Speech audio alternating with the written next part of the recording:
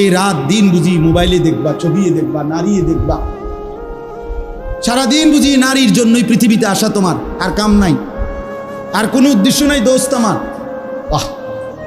ঠিক হলো না, ঠিক করলা না ভাইয়া, ভালো করলাম। আমি অনুরোধ করলাম, আমার কথা শেষ।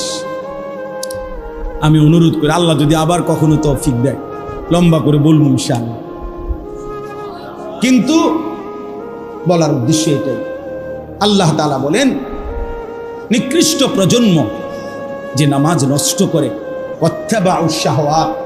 আর দ্বিতীয় কথা হলো আল্লাহ বলে যারা তাদের মনের চাহিদার অনুসরণ করে, শাহওয়াত, আমার মনের কামনা বাসনা, আমার মনে যা চায়।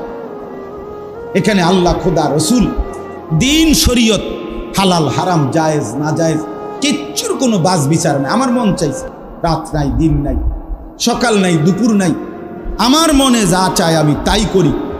খোদার কসম আল্লাহ বলেন এই দুইটি মন্দ অভ্যাস যাদের, এক, প্রতিনিয়ত যারা তাদের নামাজ নষ্ট করে দেয় এবং মনের চাহিদার অনুসরণ করে, মনের কামনা বাসনার অনুসরণ করে, আল্লাহ বলেন এরা খালফুন, এরা নিকৃষ্ট প্রজন্ম, এরা মন্দ জেনারেশন। ফাসাউফা ইয়ালকাউনা গাইয়া, আমি আল্লাহ এদেরকে জাহান্নামের সবচেয়ে নিকৃষ্ট একটা গর্তের নাম হলো গাই। এই গাই নামক জাহান্নামের একটা গর্ত আছে, যেটার মধ্যে জাহান্নামের সবচেয়ে বেশি আযাব। তাফসীরের মধ্যে আছে জাহান্নামের বাকি অংশ, বা জাহান্নামের বাকি অংশ আল্লাহর কাছে পানাহ চায় যে আল্লাহ আমি জাহান্নাম রেও ওই গাই এর এই গুহাটার মধ্যে, গর্তটার মধ্যে ফেলব না। আল্লাহ বলেন এমন নাফরমান যে নামাজকে নষ্ট করে আর মনের চাহিদার অনুসরণ করে, আমি তাকে ওই গাই নামক নিকৃষ্ট জাহান্নামের গর্তে ছুঁড়ে মারব। স্বার্থপর এই দুনিয়া, যুবক নওজওয়ান মনে রাখো, স্বার্থপর এই দুনিয়া কারো কথা মনে রাখে না, কারো জন্য থেমে থাকে না। আমি এই পরশুদিন দেখছি, গতকালকের আগের দিন সকাল 6:30 বাজে আমি আমার বাজারে, ময়নামতি সাবের বাজার, ওইখানে দেখছি একটা হাইয়েস্ট গাড়ি একটা ট্রাকের মুখোমুখি হইয়া, হাইয়েস্ট গাড়িটার ড্রাইভারটা জাগাত তারে বাইরে করছে টাইম না হেসরাইয়া, কিছুক্ষণের মধ্যে লোকটা মারা গেছে। আমি একটা জিনিস খেয়াল করছি, অনেকক্ষণ তাকাইয়া আমার সাথে ড্রাইভারের আমি বললাম কি স্বার্থপর এই দুনিয়া, একটা গাড়ি কেউ তার জন্য থামলো না, কারো হাতে সময় নাই, সবাই হরন দিয়া সাইড করে এমনে হেমনে করে সব চলে গেল। কোনো ড্রাইভারও থামে না বন্ধু, যে একটা লোক তো মরে গেছে, আরে মরে গেছে, তুই মরে গেছ, আমার হাতে সময় নেই। এই জন্য স্বার্থপর এই দুনিয়া, বড় স্বার্থপর, হয় কারো জন্য থামে না, কারো কথা অপেক্ষা করে না। চলতে তোমার কথা কেউ মনে রাখবে না। তুমি যদি নষ্ট হয়ে যাও, তুমি যদি কবরে আযাব হয়, তোমার যদি জাহান্নামের আগুন তোমারে পুড়তে হয়, আল্লাহর কসম বন্ধু, তোমার পতন তুমি করে দিলা, নিজেরে নষ্ট তুমি করে দিলা। শেষ পর্যন্ত দেখবা কেউ তোমার কথা মনে রাখবে না। এই পৃথিবী ধোঁকা, ধোঁকা। চলো এই জন্য আল্লাহর দিকে ফিরে আসি। ইল্লা মান তাবা ওয়া আমানা ওয়া আমিলা সালিহান। আল্লাহ বলে যে গুনাহ ছেড়ে দিয়ে তওবা করলো, আমি আল্লাহকে বিশ্বাস করলো এবং পুনরায় আবার নেকামল শুরু করে দিল, ফাউলাইকা ইয়াদখুলুনাল জান্নাহ, আমি আল্লাহ ওয়াদা দিলাম, আমি আল্লাহ তাদেরকে জান্নাতেই ঢুকায়া দেব। ওয়ালা ইউজলামুনা শাইআ, কোনো জুলুম করা হবে না এক বিন্দু। অর্থাৎ পেছনের গুনার জন্য আমি লজ্জা দেব না, বরং তওবা করার কারণে, ফিরে আসার কারণে, নতুন করে আবার নামাজ, সেজদা, বন্দিগি, পাক পবিত্র জীবন চলার কারণে এখন থেকে নিয়ে বাকি জিন্দেগির আমলের বরকতে জান্নাত দিয়ে দেব।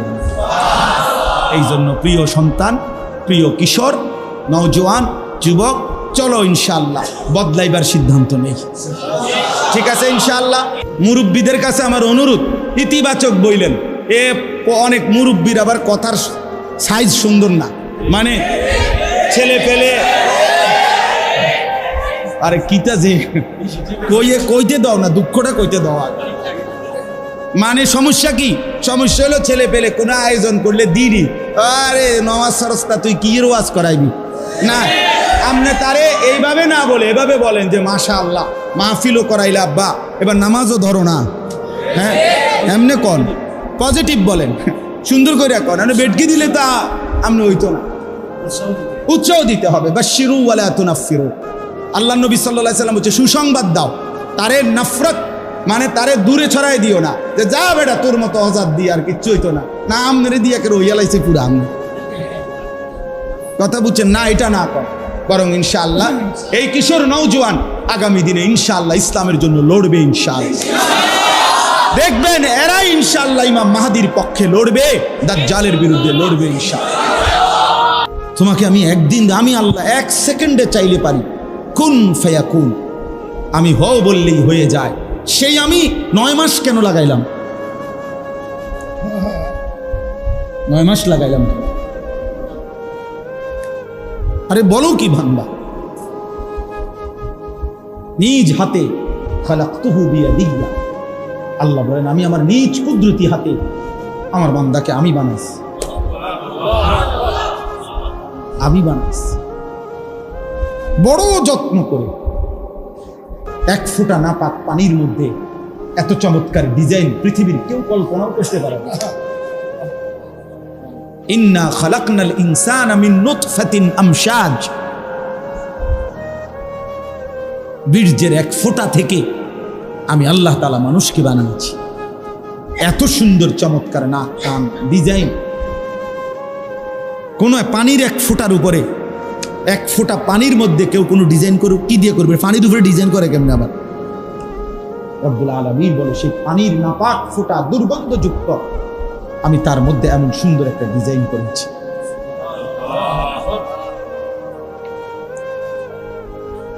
কেমনে ভুলে গেলাম? মা গাররাকা বিরাব্বিকাল কারীম, আমার মতো মেহেরবান দয়ালু মাওলা 24 ঘন্টা যে তোমাকে অজস্র অগণিত নিয়ামত দিচ্ছি, এই আসমান জমিন, এই চাঁদ সূরজ আলো বাতাস, 1 সেকেন্ড বান্দা এই বাতাস বন্ধ করে দিলে তুমি নিশ্চিহ্ন হয়ে যাবা। তুমি এই পৃথিবীতে নিঃশ্বাস ত্যাগ করে মৃত্যুবরণ করবা। একটা নিঃশ্বাসের জন্য তুমি এতটা মুখাপেক্ষী আমি আল্লাহর কাছে, সেই আমাকে একটা সিজদা দিবা না? সেই আমাকে একবারও ডাকবা না? আফসোসের ভাই, প্রিয় ভাই, আসলে আমি নিয়ম মাফিক বয়ান করতে পারি না। আমার ভাই, আমাদের অনেক আদরের ইউসুফ বিন ইকবাল, সে চমৎকার বলতে পারে কোনো একটা বিষয় নিলে, আলহামদুলিল্লাহ সে চমৎকার এটার ভাঙ্গা ভাঙ্গা বুঝাইতে পারে। ওই বিষয়ের যত কিছু আছে সব সে বলতে পারে, যার কারণে আমরা নিজেরাও তার বয়ান শুনি। আলহামদুলিল্লাহ বাস্তবিক অর্থেই মহব্বত করি, তাকে দিল থেকে মহব্বত করি। কিন্তু আমি এগুলো কইতে পারি, আগে যাও চেষ্টা করতাম, এখন আর পারি। এত ছেলে দেখলে আমার মাথা গরম হয়ে যায়। হাজিব, হায় হায়, এই ছেলেগুলো যদি সবগুলো এশার নামাজ পড়তো কেমন সুন্দর হতো। তোমরা যদি মাগরিবের নামাজ পড়তা কেমন সুন্দর হইতো। বেঈমান কি পরিমাণ ভয়ে কাঁপতো যে হায় মুসলমানের যুবক মসজিদে ঢুকে গেছে, মুসলমানের বিজয়ের পতাকা উড়ে গেছে, উড়ে গেছে। ব্যক্তিগতভাবে আমাদের প্রত্যেকের উচিত এই পৃথিবীর কারো ভাবনা যদি আমি নাও ভাবি, কমপক্ষে নিজেকে নিয়ে ভাবা, এতটুকু প্রত্যেকের উচিত। নিজেকে ভুলে যাওয়া, নিজেকে হারিয়ে ফেলা, আত্মভোলা হয়ে যাওয়া, এটার চাইতে বড় অভিশাপ লানত আর কিছু হতে পারে।